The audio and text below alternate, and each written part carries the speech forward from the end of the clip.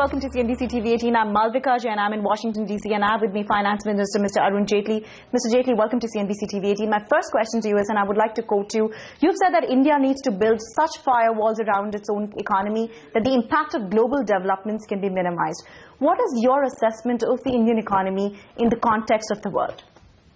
You see, this is the third year in a row that I've been attending the bank and the fund meetings. And this time round we had the BRICS, we had G20, we had Commonwealth, we had the World Bank, we had the IMF.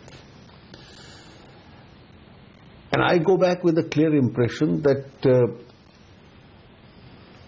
people are speaking in terms of generalities how to address the current global situation. Right. So we must use all tools which are fiscal tools, monetary tools.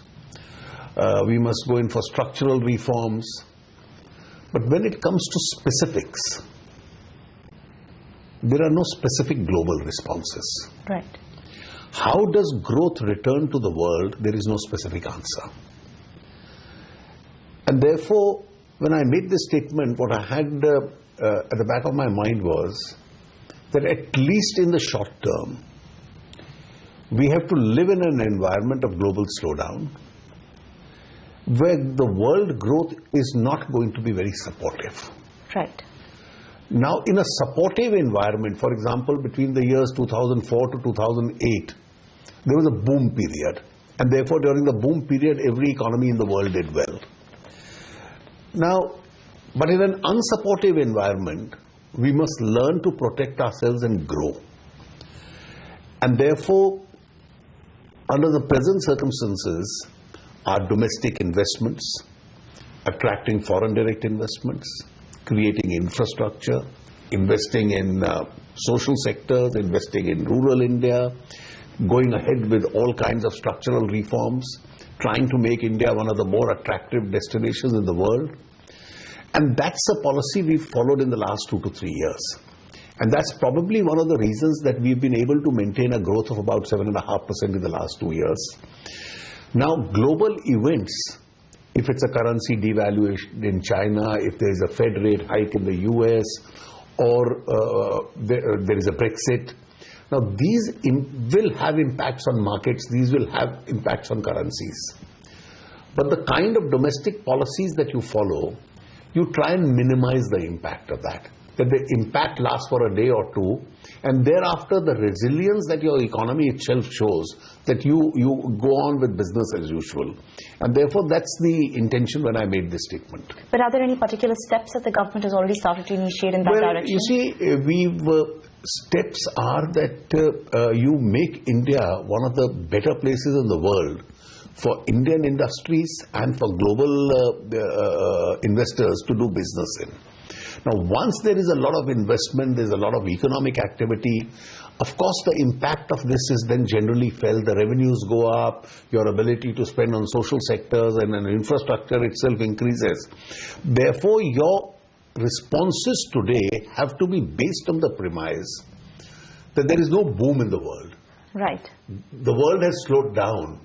International trade is therefore going to be slow. Exports are not going to be what they were 5 years ago.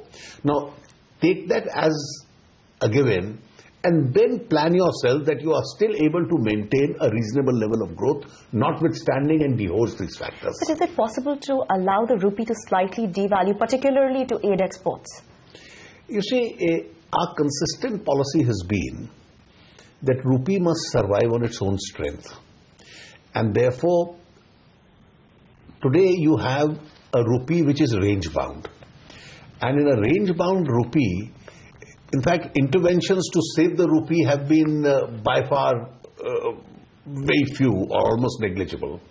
And therefore, rupee moves on its own strength. And I think the policy of the government is at the present circumstances to allow it to do that. Because if we allow it to devalue a lot, then your other adverse impacts like higher oil prices, etc., all those impacts will then also be felt. Well, you've been meeting a whole host of investors. Are there any concerns that they have raised?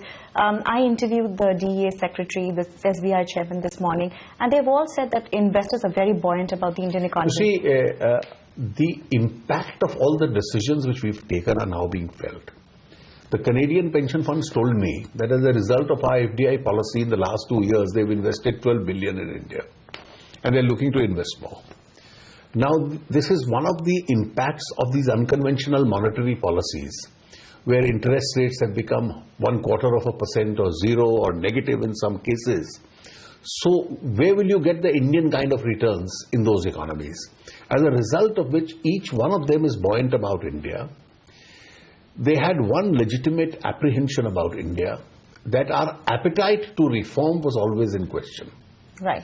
And I think with the kind of consistency India has shown, we've adequately responded to that. What about the issue of FDI and e-commerce? Do you favor... Well, I think the Commerce Ministry is the appropriate department which is dealing with it. But about the financial implications? They are formulating their proposals. And I think once the Commerce Department discusses with us, it's only then that I will give a response. I don't want to speak out of turn.